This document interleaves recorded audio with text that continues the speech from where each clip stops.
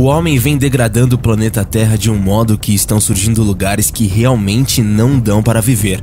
Estão se transformando em ambientes onde os seres humanos logo mais não conseguirão habitar, tudo por causa da poluição e outras maneiras de degradar o meio ambiente. No Brasil mesmo tem vários exemplos de rios que são muito poluídos e com certeza na cidade que você mora deve ter um desses. No vídeo de hoje, você vai conhecer um pouco mais sobre este assunto. Conheça agora os 5 lugares mais tóxicos da Terra.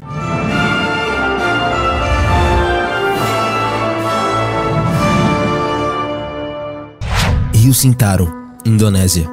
A 40 km a leste de Jakarta, Indonésia, há um rio com mais de 300 km de extensão. Por milhares de anos, o rio Sintaro foi um recurso importante para o povo indonésio. Hoje, ele continua sustentando a pesca, a agricultura, geração de energia elétrica e saneamento básico para quase 30 milhões de habitantes. Quando a Indonésia vivenciou uma explosão de desenvolvimento, pouca atenção foi dada para os principais componentes da infraestrutura.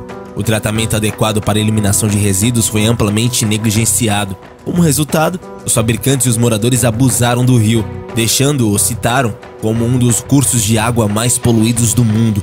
O rio Sintaro tem uma relação com a humanidade que data do século IV d.C., quando o reino Tarumanagara se desenvolveu em suas margens. Os principais moradores contaram com a água para tudo, desde o banho à eliminação de resíduos. Durante séculos, as populações menores e a falta de indústria pesada influenciou para a falta de ameaça ecológica do rio. A partir do século XX, o rio tornou-se um perigo significativo para a saúde. A alta no preço do combustível na década de 1970 obrigou as empresas a cortarem gastos. A geografia da ilha fez com que o rio Sintaro se tornasse uma escolha fácil para as empresas com considerações de exportação. Infelizmente, ele também era um veículo conveniente para a eliminação de resíduos, e o súbito enriquecimento da região fez com que não ressaltasse essa preservação das águas do rio. O crescimento descontrolado da indústria tem abusado cada vez mais do rio Sintaro. A qualidade da água se deteriora significativamente no exterior das fábricas, onde tubos de evacuação espelham uma mistura tóxica, criando uma imagem assustadora e revoltante do rio. Massas de lixo flutuantes criaram uma camada grossa de lixo sobre a superfície. Dejetos humanos se acumulam em piscinas insalubres ao longo da costa, disseminando doenças. Em alguns casos, os resíduos escondem completamente a água do rio. Se não fosse um barco navegando por meio do lixo, seria difícil encontrar a água embaixo. O povo indonésio são geralmente conscientes do perigo da água, mas muitos não têm a educação formal para entender as consequências a longo prazo. Aqueles que estão conscientes e dispostos a tomarem medidas corretivas não têm recursos para fazê-lo. Ironicamente, os resíduos do rio também fornecem benefício para a comunidade. Empresas de reciclagem percorrem o rio recolhendo o plástico e transformando-o em outros meios de rentabilidade. No entanto, o impacto econômico negativo é muito maior. Fazendas ao longo do rio não têm escolha a não ser usar os fluxos contaminados como fonte de água para as culturas. Os grãos de arroz não nascem como deveriam no tempo da colheita e ainda possuem uma desvalorização da agricultura dessa área por conta do rio. Para isso, em 2008, o Banco Asiático de Desenvolvimento entrou em ação. O grupo anunciou um empréstimo de 130 milhões de reais para serem distribuídos ao longo dos próximos 15 anos com o intuito de limpar o rio. Além de limpar o Sintaro, os fundos ajudariam a reeducar as comunidades locais sobre o cuidado adequado para a fonte de água preciosa. O banco espera inverter a tendência negativa ambiental, abordando tudo de poluição e saneamento para a população. Graças aos esforços do banco e à cooperação do governo local, o estado do rio Sintaro melhorou. O progresso tem sido lento, mas constante. Há uma melhora visível, mas ainda há muito trabalho a ser feito. Os detritos já não persistem em grandes áreas, mas as fábricas ao longo das margens ainda expelem resíduos tóxicos. O rio continua a servir como um repositório de excrementos humanos para as áreas de Java, onde faltam sistemas de esgotos modernos. Enquanto o objeto não for alcançado, passos positivos recentes dão a esperança de uma solução no futuro. Linfen, China. Todo mundo, ou quase todo mundo, sabe que fumar faz mal. Mas imagine como seria viver em um lugar onde passar um dia respirando o ar dele equivale a fumar 2 ou 3 maços de cigarro. Esse lugar existe e se chama Linfen.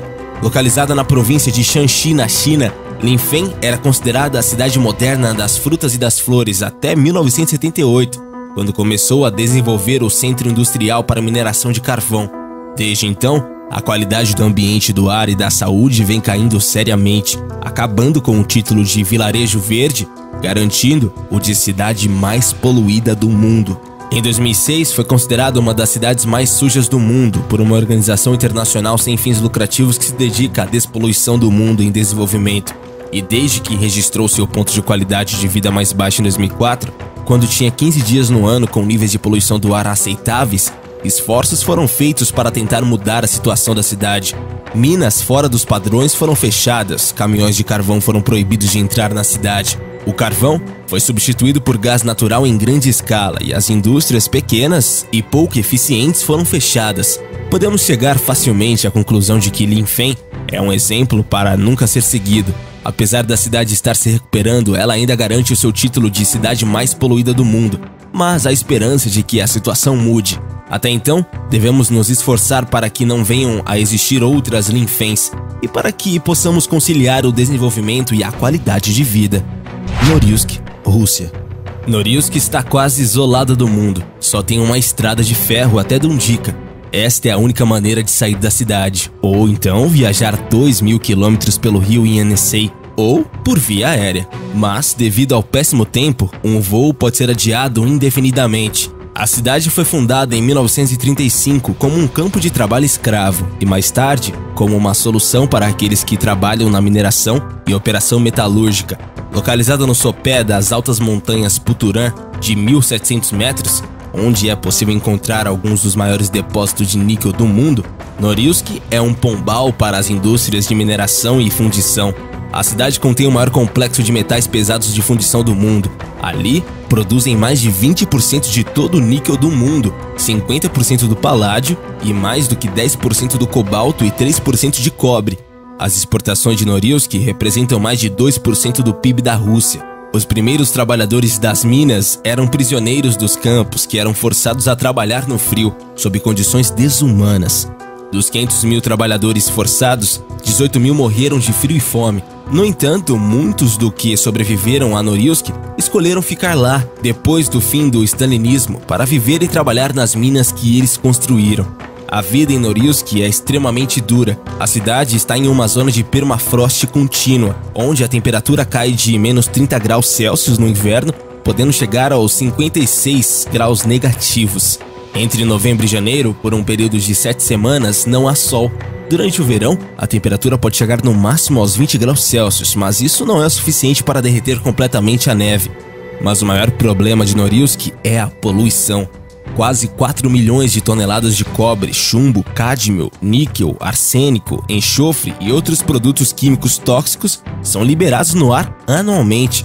A neve é preta e algumas vezes amarela, rosa ou até mesmo milagrosamente branca. E a chuva ácida cobre uma extensão em torno do tamanho da Alemanha.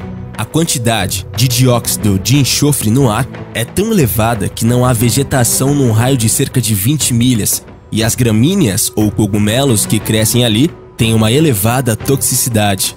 O solo é tão contaminado que agora é economicamente viável extrair dele. A expectativa de vida média dos trabalhadores não alcança os 50 anos. Moradores sofrem de inúmeras doenças respiratórias e os incidentes de câncer e doenças de pele é muito alta. Apenas 4% da população adulta da cidade são saudáveis. É óbvio que as pessoas que vivem e trabalham em Norilsk só fazem pelo dinheiro, mas mesmo que voluntariamente, vão para lá para ganhar dinheiro e estão ansiosos para ir embora. Mas deixar a cidade não é fácil, especialmente para os moradores mais antigos e com uma família e apartamento. Os preços dos imóveis são uma mixaria em Norilsk, o que significa que eles não podem vender e sair da cidade, porque mesmo que eles façam, não conseguiriam comprar qualquer coisa com dinheiro em outras regiões. Eles vivem, trabalham, gastam e produzem para a mineradora. O isolamento da cidade significa que eles derramam seus salários em lojas e instalações que, lógico, são de propriedade da empresa. O círculo vicioso e só beneficia os donos das empresas de mineração, que evidentemente não moram na região.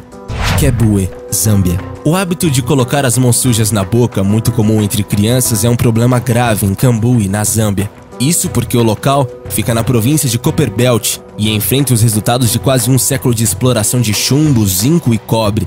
Boa parte da população, estimada em 220 mil habitantes, vem sofrendo danos irreversíveis ao cérebro e aos outros órgãos vitais devido a altas concentrações de metais tóxicos no organismo. Segundo estudos que medem indicadores de poluição, as crianças e os jovens que brincam e trabalham ao ar livre são mais vulneráveis. Especialistas da área reconhecem a cidade como a mais tóxica do planeta. As atividades de mineração e fundição começaram em 1902 e fizeram com que Kabwe progredisse e se tornasse a segunda maior cidade do país africano. Na época, o governo não levou em consideração os impactos sobre os moradores. A empresa estatal fechou em 1994, mas até hoje, o legado é de cerca de 6,5 milhões de toneladas de resíduos acumulados no solo, principalmente na chamada Black Mountain, Montanha Negra, onde catadores usam picaretas de pás para buscar na escória pedaços de chumbo e minérios de alta qualidade para revender e conseguir um pequeno lucro. Crianças e adolescentes muitas vezes estão entre os trabalhadores que procuram por alguma subsistência na terra, que se encontra contaminada, colocando então a saúde em risco. As brincadeiras também são em espaços com grande concentração de substâncias nocivas. É neste contexto que eles acabam engolindo, desde os primeiros anos de vida, o chumbo, neurotoxina usada na fabricação de baterias para carros. O resultado começa a aparecer em sintomas como febre, dores de estômago, perdas de peso e falta de concentração. O nível tolerado pela Organização Mundial de Saúde de chumbo no sangue de crianças é de 5 UG/dl, e de níveis superiores a 120 UG/dl podem ser fatais. Em algumas partes de Kabwe foram registradas taxas de 200 UG/dl. Não há cura para o envenenamento do sangue e as consequências mais graves disso são os casos de paralisia e morte. Os esforços para remediar a situação na medida do possível envolvem a redução do tempo de permanência dos jovens ao ar livre e a intensificação da lavagem de mãos e roupas. A situação de Kabwe vem sendo abordada com mais frequência desde 2007, quando apareceu pela primeira vez no relatório dos 10 lugares mais tóxicos do planeta, elaborado pelos institutos Blacksmith e Green Cross. Uma segunda pesquisa foi divulgada em 2013 e Kabwe permanecia na lista. Embora o estudo não estabelecesse um ranking, pesquisadores da área de poluição sustentam que a cidade africana tem o dramático posto de lugar mais tóxico do mundo devido ao elevado número de vítimas, algo em torno de 300 mil ao longo dos anos. Hanford, Estados Unidos. O Hanford Site era uma parte intrigante do projeto de bomba atômica dos Estados Unidos, a fabricação de plutônio para a primeira bomba nuclear, a Fat Man, usada em Nagasaki.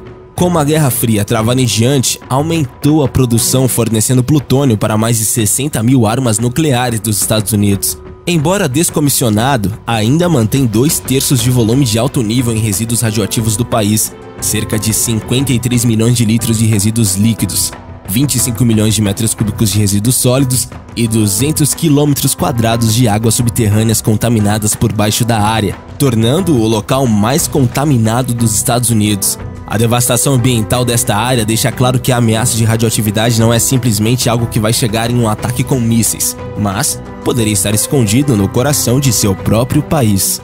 Mas e você? Conhece outro lugar que seja tóxico em nosso planeta? Deixe pra gente a sua opinião aí nos comentários e não esquece de deixar o seu gostei e também de se inscrever aqui no canal. Valeu e até a próxima, galera aqui do Universo Curioso!